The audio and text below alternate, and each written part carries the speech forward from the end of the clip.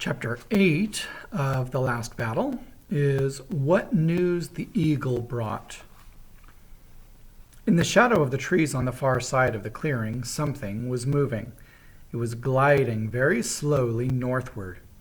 At first glance, you might have mistaken it for smoke, for it was gray and you could see things through it. But the deathly smell was not the smell of smoke. Also, this thing kept its shape instead of billowing and curling as smoke would have done. It was roughly the shape of a man, but it had the head of a bird, some bird of prey with a cruel curved beak. It had 4 arms, which it held high above its head, stretching them out northward as if it wanted to snatch all Narnia in its grip. And its fingers, all 20 of them, were curved like its beak and had long, pointed, bird-like claws instead of nails. It floated on the grass instead of walking, and the grass seemed to wither beneath it. After one look at it, Puzzle gave a screaming bray and darted into the tower. And Jill, who was no coward, as you know, hid her face in her hands to shut out the sight of it. The others watched it for perhaps a minute until it streamed away into the thicker trees on their right and disappeared. Then the sun came out again, and the birds once more began to sing. Everyone started breathing properly again and moved. They had all been still as statues while it was in sight. "What was it?" said Eustace in a whisper. "I have seen it once before," said Tyrion. "But that time it was carved in stone and overlaid with gold, and had solid diamonds for eyes. It was when I was no older than thou, and had gone as a guest to the Tisrock's court in Tashbaan. He took me into the great temple of Tash. There I saw it, carved above the altar." "Then that thing was Tash?" said Eustace. But instead of answering him, Tyrion slipped his arm behind Jill's shoulders and said, "How is it with you, lady?" "Oh, all right," said Jill, taking her hands away from her pale face and trying to smile. "I'm all right. It only made me feel sick for a little moment." "It seems then," said the unicorn, "that there is a real Tash after all." "Yes," said the dwarf. "And this fool of an ape, who didn't believe in Tash, will get more than he bargained for. He called for Tash. Tash has come." "Where has that thing gone to?" said Jill. "North into the heart of Narnia," said Tyrion. "It has come to dwell among us. They have called it, and it has come." "Ho, ho, ho!" chuckled the dwarf, rubbing its hairy hands together. "It'll be a surprise for the ape. People shouldn't call for demons unless they really know what they mean. People shouldn't call for demons unless they really mean what they say." "Who knows if Tash will be visible to the ape?" said Jewel. "Where's Puzzle got to?" said Eustace. They all shouted out Puzzle's name, and Jill went round to the other side of the tower to see if he had gone there. They were quite tired of looking for him when at last his large gray head peered cautiously out of the doorway, and he said, "Has it gone away?" And when at last they got him to come out, he was shivering the way a dog shivers before a thunderstorm. "I see now," said Puzzle, "that I really have been a very bad donkey. I ought never to have listened to Shift. I had never thought things like this would begin to happen." "If you spent less time saying you weren't clever and more time trying to be as clever as you could," began Eustace. But Jill interrupted him. "Oh, leave poor old Puzzle alone," she said. "It was all a mistake, wasn't it, Puzzle dear?" And she kissed him on the nose. Though rather shaken by what they had seen, the whole party now sat down again and went on with their talk. Jewel had little to tell them. While he was a prisoner, he had spent nearly all his time tied up at the back of the stable, and had of course heard none of the enemy's plans. He had been kicked. He'd done some kicking back, too. and beaten and threatened with death unless he would say that he believed it was Aslan who was brought out and shown them by firelight every night. In fact, he was going to be executed this very morning if he had not been rescued. He didn't know what had happened to that lamb. The question they had to decide was whether they would go to Stable Hill again that night, show Puzzle to the Narnians, and try to make them see how they had been tricked, or whether they should steal away eastward to meet the help which Runwit the Centaur was bringing up from Cair Paravel, and return against the ape and his Calormenes in force. Tirian would very much like to have followed the first plan. He hated the idea of leaving the ape to bully his people one moment longer than need be. On the other hand, the way the dwarfs had behaved last night was a warning. Apparently, one couldn't be sure how people would take it, even if he showed them Puzzle. And there were the Calormene soldiers to be reckoned with. Poggin thought there were about 30 of them.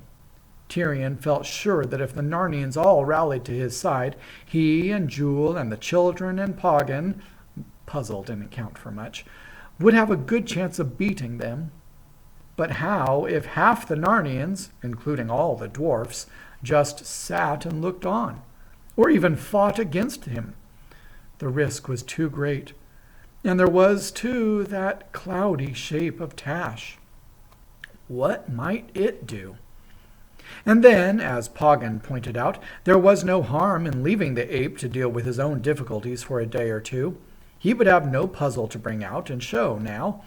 It wasn't easy to see what story he, or Ginger, could make up to explain that.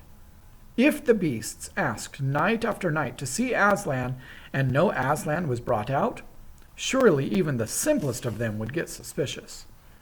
In the end, they all agreed that the best thing was to go off and try to meet Runwit. As soon as they had decided this, it was wonderful how much more cheerful everyone became. I don't honestly think that this was because any of them was afraid of a fight, except perhaps Jill and Eustace, but I dare say that each of them, deep down inside, was very glad not to go any nearer, or not yet, to that horrible bird-headed thing, which, visible or invisible, was now probably haunting Stable Hill. Anyway, one always feels better when one has made up one's mind. Tirian said they had better remove their disguises, as they didn't want to be mistaken for Calormenes, and perhaps attacked by any loyal Narnians they might meet. The dwarf made up a horrid-looking mess of ashes from the hearth, and grease out of the jar of grease, which was kept for rubbing on swords and spearheads.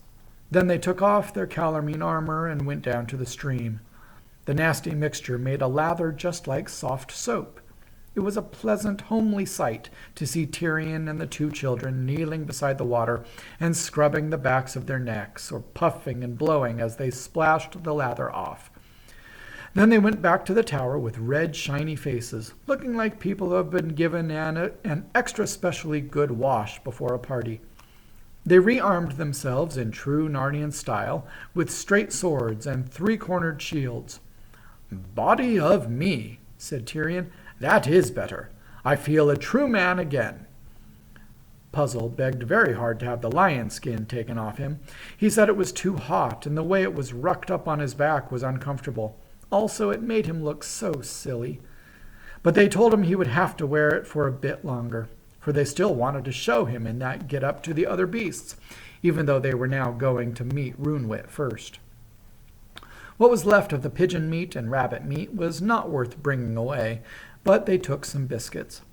Then Tirian locked the door of the tower, and that was the end of their stay there. It was a little after 2 in the afternoon when they set out, and it was the first really warm day of that spring. The young leaves seemed to be much further out than yesterday. The snowdrops were over, but they saw several primroses. The sunlight slanted through the trees, birds sang, and always, though usually out of sight, there was the noise of running water. It was hard to think of horrible things like Tash. The children felt, "This is really Narnia at last." Even Tirian's heart grew lighter as he walked ahead of them, humming an old Narnian marching song which had the refrain, "Ho, rumble, rumble, rumble, rumble, rumble, drum belaboured." After the king came Eustace and Poggin the dwarf. Poggin was telling Eustace the names of all the Narnian trees, birds, and plants which he didn't know already. Sometimes Eustace would tell him about the English ones. After them came Puzzle, and after him Jill and Jewel, walking very close together. Jill had, as you might say, quite fallen in love with the unicorn. She thought, and she wasn't far wrong, that he was the shiningest, delicatest, most graceful animal she had ever met. And he was so gentle and soft of speech that, if you hadn't known, you would hardly believe how fierce and terrible he could be in battle. "Oh, this is nice," said Jill. "Just walking along like this. I wish there could be more of this sort of adventure. It's a pity there's always so much happening in Narnia." But the unicorn explained to her that she was quite mistaken. He said that sons and daughters of Adam and Eve were brought out of their own strange world into Narnia, only at times when Narnia was stirred and upset. But she mustn't think it was always like that. In between their visits, there were hundreds and thousands of years when peaceful king followed peaceful king, till you could hardly remember their names or count their numbers, and there was really hardly anything to put into the history books. And when he went on to talk of old queens, and heroes whom she had never heard of. He spoke of Swan White the Queen, who had lived before the days of the White Witch and the Great Winter. And she was so beautiful that when she looked into any forest pool, the reflection of her face shone out of the water like a star by night for a year and a day afterwards. He spoke of Moonwood the Hare, who had such ears that he could sit by Cauldron Pool under the thunder of the great waterfall and hear what men spoke in whispers at Cair Paravel. He told how King Gale, who was ninth in descent from Frank, the first of all the kings, had sailed far away into the eastern seas and delivered the Lone Islanders from a dragon, and how, in return, they had given him the Lone Islands to be part of the royal lands of Narnia forever. He talked of whole centuries in which all Narnia was so happy that notable dances and feasts, or at most tournaments, were the only things that could be remembered, and every day and week had been better than the last. And as he went on, the picture of all those happy years, all the thousands of them, piled up in Jill's mind till it was rather like looking down from a high hill onto a rich, lovely plain full of woods and waters and cornfields, which spread away and away till it got thin and misty from distance. And she said, "Oh, I do hope we can soon settle the ape and get back to those good, ordinary times. And then I hope they'll go on forever and ever and ever.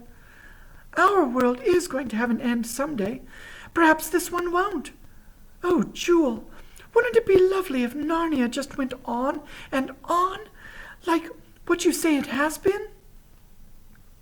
"Nay, sister," answered Jewel. "All worlds draw to an end, except Aslan's own country." "Well, at least," said Jill, "I hope the end of this one is millions of years away. Hello, what are we stopping for?" The king and Eustace and the dwarf were all staring up at the sky. Jill shuddered, remembering what horrors they had already seen. But it was nothing of that sort this time. It was small, and it looked black against the blue. "I dare swear," said the unicorn, "from its flight, that it is a talking bird." "So think I," said the king. "But is it a friend or a spy of the apes?" "To me, sire," said the dwarf, it has the look of Farsight the eagle." "Ought we to hide under the trees?" said Eustace. "Nay," said Tirian. "Best stand still as rocks. He would see us for certain if we moved."